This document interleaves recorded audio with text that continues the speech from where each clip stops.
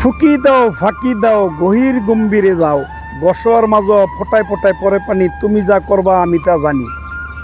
এটার একটা কাহিনী আছে। কাহিনীটা হলো, এক রাজা ছিল।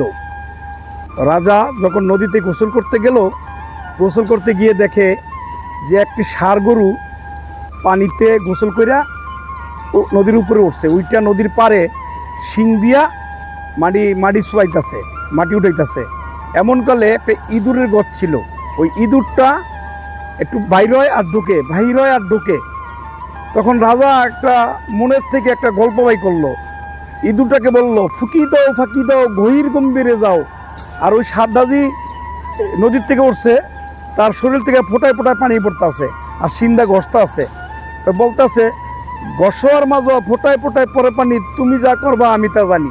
তার মানে রাজা বলতেছে ষাঁড়েরে যে তোমার তো ফোটায় ফোটায় পানি পড়ে আর তুমি সিংটা ঘষতেছ, তুমি আমার যে গুতা মারবা এটা আমি বুঝি।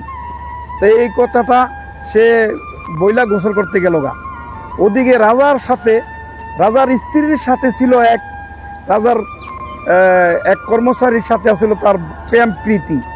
তো রাজার ও স্ত্রী কী করলো, ওই লোকটার সাথে মিল করে একটি নাটক সৃষ্টি করলো। যে নাপিদের হাত করলো, নাপিদের বলল, তোমাকে আমি এত টাকা দিমু, তুমি রাজারে মাইরা ফেলাইবা। তো রাজা শেভ করতে বসছে।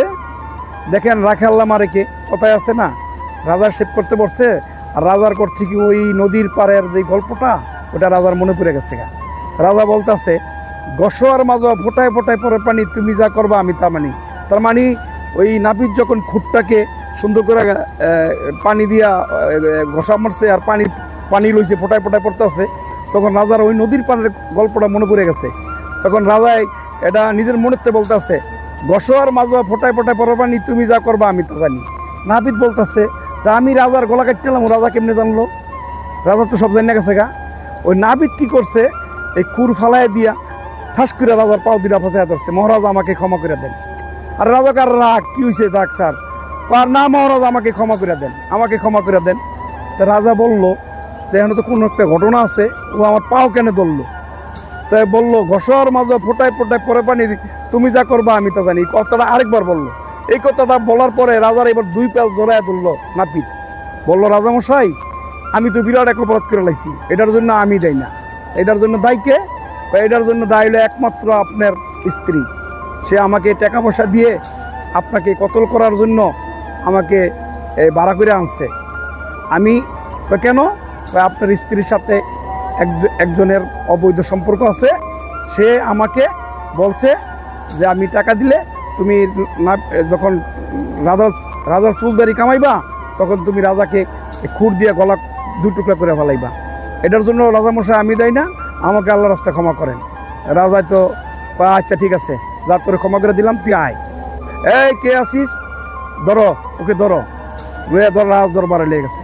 রাজ দরবারে গিয়া তো রাজা এবার এই আছে। রাজার এখানে আর একটি গল্প আছে। ছিল রাজার একটা কর্মচারী ছিল। তো ওটা হলো কেমন, ও তিনটা কথা বলতো, সত্যের ধ্বংস নেই, হারামের আরাম নেই। এই কথাটাও বলতো। ওই রাজার দরবার যখন শুরু হইতো, ও এই কথাটা দাঁড়ায় বলতো। তা বলছে, ওই কর্মচারী দাঁড়ায় বলছে, সত্যের ধ্বংস নেই, হারামের আরাম নেই। তখন ওই রাজামশাই কী করলো, দরবার ডাকলো। ডাকার পরে তার স্ত্রীরে বলল যে তুমি কি চক্রান্ত করছো, আমাকে মেরে ফেলা। পরে প্রথমে অস্বীকার করে।